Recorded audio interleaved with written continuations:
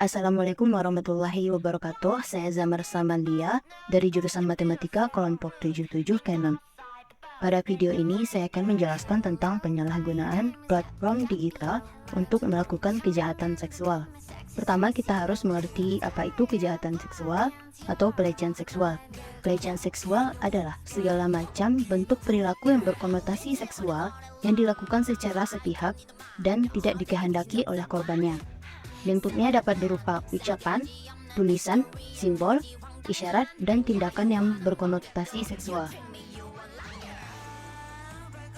Yang pertama, pelecehan seksual melalui ketikan. Kita sudah tahu tentang catcalling, yaitu pelecehan seksual yang biasanya dilakukan secara langsung di jalanan. Sekarang, kejahatan seksual bisa dilakukan melalui ketikan teman-teman.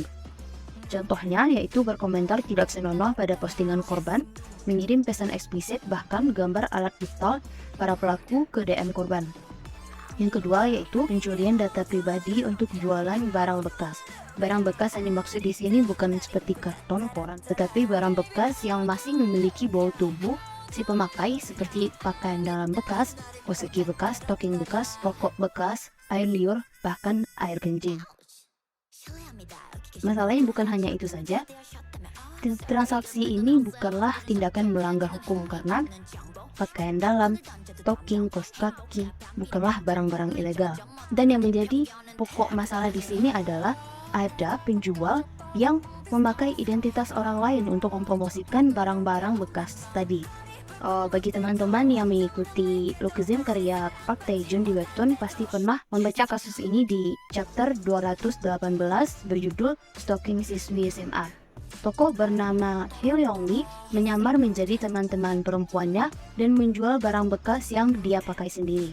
Karena tindakan transaksi tadi tidak ilegal, maka yang dapat dilaporkan hanya kasus pencurian dan penyebaran data pribadi. Padahal, hal ini termasuk salah satu kejahatan seksual.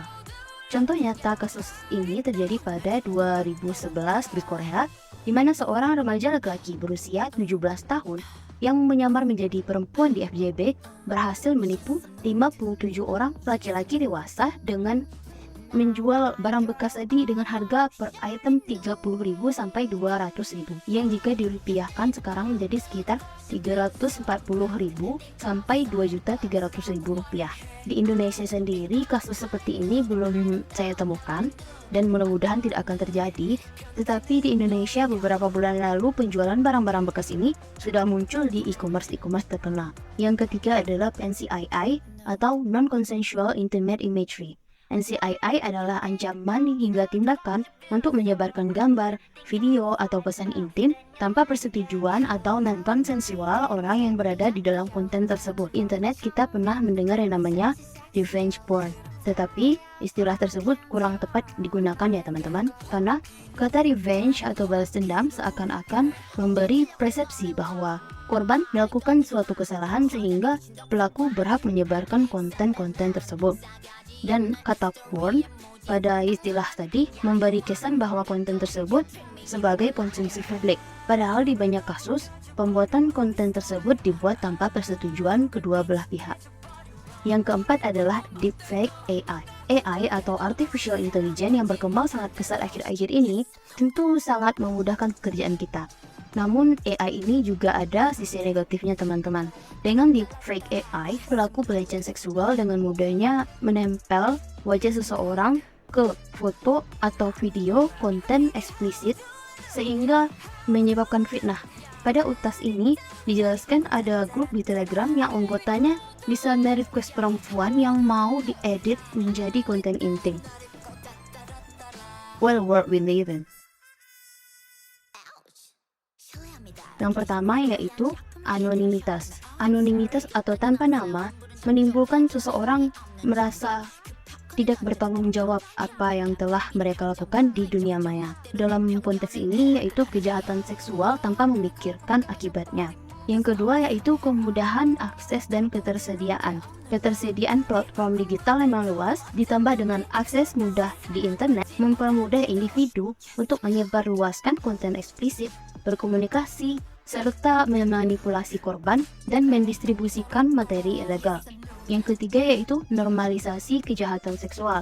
Karena banyaklah konten eksplisit yang tersebar di dunia maya sekarang, menjadikan orang yang melihatnya, apalagi usia muda, kurang peka terhadap keseriusan konten atau perilaku seksual, sehingga mereka tidak mengenal apa yang namanya itu batasan atau konsen.